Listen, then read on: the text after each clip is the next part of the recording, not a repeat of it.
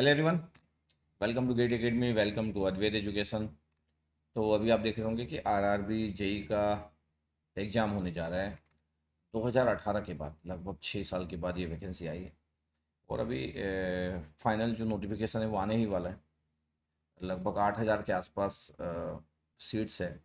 और ये अपने आप में एक बिग अपॉर्चुनिटी है। अब इस अपॉर्चुनिटी को कैसे हम लेते हैं ये बड़ा इंपॉर्टेंट है, बिकॉज एक तो इसका पेपर का पैटर्न बड़ा डिफरेंट है, क्योंकि CBT 1 होगा, उसके बाद CBT 2 होगा। और ये भी पहली बार मैं देख रहा हूँ कि CBT 1 जो लोग भी बैठेंगे पेयर्स होंगे उनका 500 में से 400 रिटर्न कर दिया जाएगा। जो लोग भी OBC और जनरल कैटेगरी वाले और ST SC वाले में तो पूरा 250 पूरा रिटर्न कर दिया जाएगा। तो ये बड़ा एक इंटरेस्टिंग फैक्ट है। दूसरा चीज़ ये है कि इस अपॉर्चुनिटी को आप कैसे लेते हो, क्योंकि जो गेट वाले एस्पिरेंट हैं उनका गेट का जो पैटर्न है, उनकी गेट की जो पढ़ाई है, वो टोटली डिफरेंट है। और ये आरआरबी जेई की जो स्टडी है इज टोटली डिफरेंट। अब ये भी है कि आरआरबी जेई का कोई कोई टफ पेपर नहीं होगा, बहुत ज़्यादा टफ पेपर नहीं। तो अब वो टाइम भी है, अभी जुलाई चल रहा है, तो अगस्त सितंबर, अगर ये नवंबर दिसंबर में होता तो गेट एस्पिरेंट के लिए और भी टफ होता है। तो मैं तो ये नहीं बोलूँगा कि आपको देना है, या मैं ये नहीं बोलूँगा कि आपको नहीं देना है। ये आप पे आपको डिसाइड करना चाहिए कि इसका सिलेबस कैसा है, मैं कैसे स्टडी करूँगा। मैं आपको ये क्लियर कर देता हूँ कि अ, इस टाइम पे आप लाइव क्लासेस आरआरबी जेई की ज्वाइन करेंगे तो मेरे को नहीं लगता ज़्यादा एडवांटेज होगा। जो लोग भी लाइव क्लासेस ज्वाइन करने का प्लान कर रहे हैं उनको उतना एडवांटेज नहीं होगा, बिकॉज उसका सिलेबस बहुत सारा है। हम लोग तो एक साल के अंदर में पूरा कवर किए थे आरआरबी जेई को, तो पूरा हमारे पास टेक्निकल नॉन टेक्निकल, मतलब CBT 1 का भी नॉन टेक्निकल, CBT 2 का भी नॉन टेक्निकल, वो पूरा कंप्लीट है। CBT 2 का जो 100 क्वेश्चन का टेक्निकल है वो कंप्लीट है, क्योंकि पूरा प्लान किया गया था। अभी अगर कोई लाइव क्लासेस की प्लान करेगा तो वो कंप्लीट कब कर पाएगा, बहुत टफ होगा उसके लिए। फिर वो कुछ सब्जेक्ट छोड़ देगा, तो और लाइव के अकॉर्डिंग आप पढ़ोगे तो कंप्लीट भी नहीं हो पाएगा, तो आप उतना अच्छा एग्जीक्यूट नहीं कर पाओगे। ऊपर से एज लिमिट ज़्यादा है, इसका मतलब है 30 साल वाले, 32 साल वाले, 33 साल वाले ये लोग भी एग्जाम देंगे। कुछ लोग ऐसे होंगे जो प्राइवेट में कहीं जॉब करते होंगे और वो लोग भी इसको अच्छे से एग्जीक्यूट कर सकते हैं। तो मैं बोलूँगा कि ये सबके लिए एक बिग अपॉर्चुनिटी है। जो लोग भी अपनी जो जॉब कर रहे होंगे नॉर्मली वहाँ से भी निकल सकते हैं।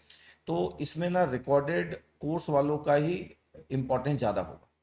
अब मैं ये नहीं बोलूँगा कि गेट एकेडमी का ही कोर्स आप लो, लेकिन मैं ये ज़रूर बोलूँगा कि एट प्रेजेंट गेट एकेडमी का जो कोर्स है ये बेस्ट चॉइस है आपकी।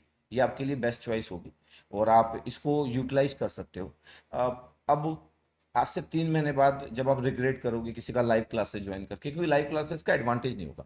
हाँ, अगर ऐसा होता कि ये 1 साल के बाद एग्जाम होता, मतलब आज नोटिफिकेशन आया और अगले अगस्त में एग्जाम होता और 1 साल का टाइम होता, तो फिर लाइव क्लासेस ज्वाइन करना है, रिकॉर्डेड ज्वाइन करना है, आपकी चॉइस है। आपको रिकॉर्डेड ज्वाइन करना है रिकॉर्डेड ज्वाइन करो, लाइव क्लासेस ज्वाइन करना है लाइव क्लासेस ज्वाइन करो, क्योंकि 1 साल का टाइम है तो ठीक है, इट्स ओके। सिलेबस कोई भी करवा देगा।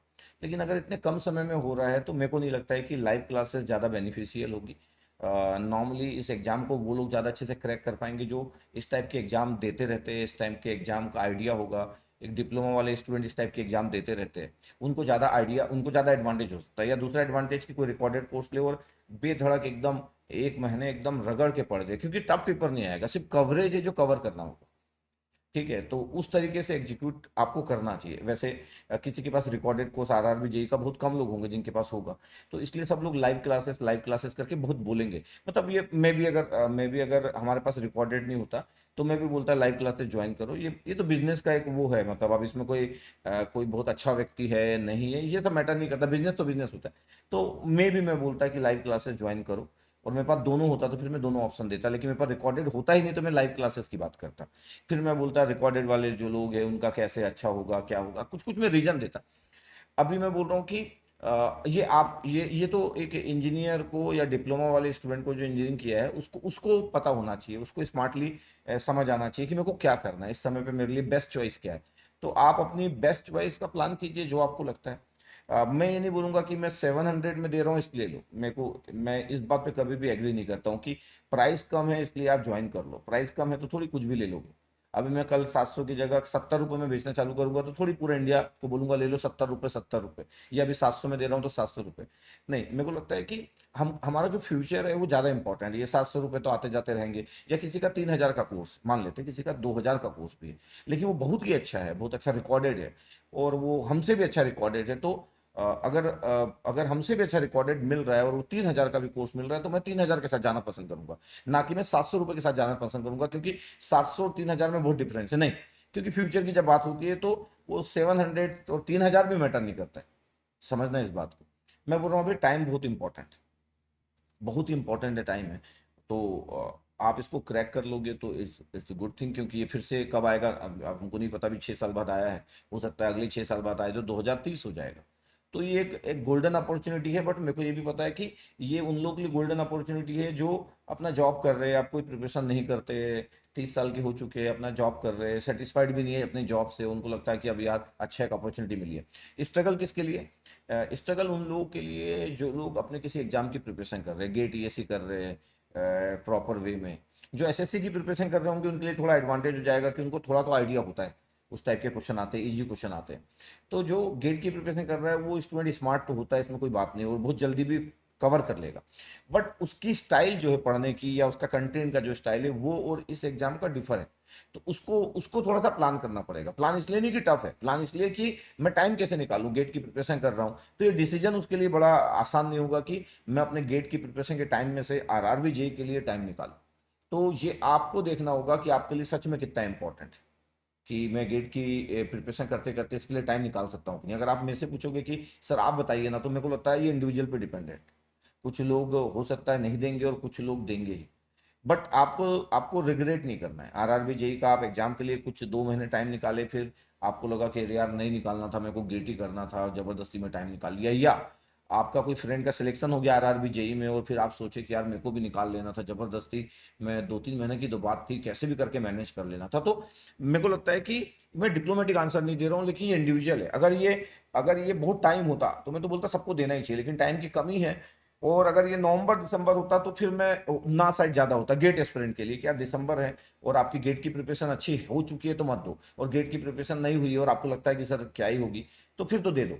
लेकिन ये टाइम वो है जिसमें आप पे डिपेंड करता है, मेरे बताने पे डिपेंड नहीं करता। सेकंड चीज़ है कि इसको लास्ट ईयर वाले नहीं दे सकते, तो उनका पार्ट खत्म होता है। थर्ड ईयर वाले तो दे ही नहीं सकते। जिसकी बी कंप्लीट हो चुकी है उन्हीं के लिए, मतलब जो अभी मई जून में जिनकी बी कंप्लीट होगी ना, अभी जून में, अब जुलाई चल रहा है, सबकी कंप्लीट होगी तो सभी लोगों का जो एग्जाम हो चुका होगा, मतलब जिसकी बी कंप्लीट हो चुकी है वो लोग एग्जाम दे सकते हैं। जो लास्ट ईयर में है वो एग्जाम नहीं दे सकते। तो ठीक है, इसको इसको अपने अंदाज में लीजिए, सिलेबस चेक कीजिए, ठीक है, और बिंदासी से ट्राई कीजिए। थोड़ा सा तपस्या है, थोड़ा सा कंप्रोमाइज है अगले 2-3 महीने के अंदर में। याद रखिएगा सीबीटी 1 पे फोकस मत कीजिएगा पूरा, क्योंकि सीबीटी 1 और सीबीटी 2 के बीच का डिफरेंस बहुत कम होगा। तो सीबीटी 1 सीबीटी 2 दोनों ही पढ़ना है, क्योंकि उसके बीच का गैप नहीं होगा।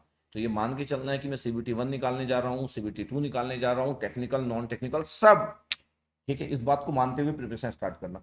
तो आप पूरा का पूरा एक दिन ले लो सोचने में कि मेरे को करना है कि नहीं करना। सिलेबस देख लो, अपने आप को जान लो कि मैं बेस्ट कैंडिडेट हो सकता हूँ कि नहीं। तो इसलिए इसलिए मैं बताऊं कि करना चाहिए, मेरे को नहीं लगता है, क्योंकि जो समय है उसको देखते हुए ये आपकी चॉइस होना चाहिए, ठीक है। चलो, और ये भी मत सोचिएगा कि मैं लाइव क्लासेस वाले बात को इग्नोर कर रहा हूँ कि लाइव क्लासेस को ज्वाइन मत कीजिएगा, मैं आपको गलत रास्ते पे ले जा रहा हूँ। मैं यकीनन बता रहा हूँ कि ऐसे एग्जाम जिसमें समय बहुत कम रहता है, जो फिक्स है। अब गेट का एग्जाम है, कोई लाइव भी ज्वाइन कर सकता है, जिसको सबको पता है कि गेट का एग्जाम फरवरी में होता है, फिक्स है। अगर किसी के पास 1 साल का टाइम है तो लाइव ज्वाइन करने में क्या इशू है? 1 साल में लाइव क्लासेस होती है, 2 साल में लाइव क्लासेस आराम से कंप्लीट हो जाती है। बट जिसमें टाइम लिमिटेड, वहां तो बिल्कुल नहीं जाना चाहिए लाइव क्लासेस के फॉर्म, बिल्कुल भी नहीं जाना चाहिए। और जहां पे टाइम बहुत ज्यादा है वहां चॉइस होना चाहिए कि रिकॉर्डेड वर्सेस लाइव, और आपको क्या अच्छा लगता है और किन टीचर से फ्रिक्वेंसी मैच करती है। फिर वहां पे चॉइस होती है कि मेरे को क्या पसंद है और कौन से टीचर पढ़ा रहे हैं। अभी तो ये चॉइस ही नहीं है। अभी तो मेरे को लगता है कि आप लाइव क्लासेस में जाके आरआरबी जेई का निकालने के चांसेस बड़े कम कर दोगे। तो प्लीज टेक केयर, ठीक है। Okay, thank you.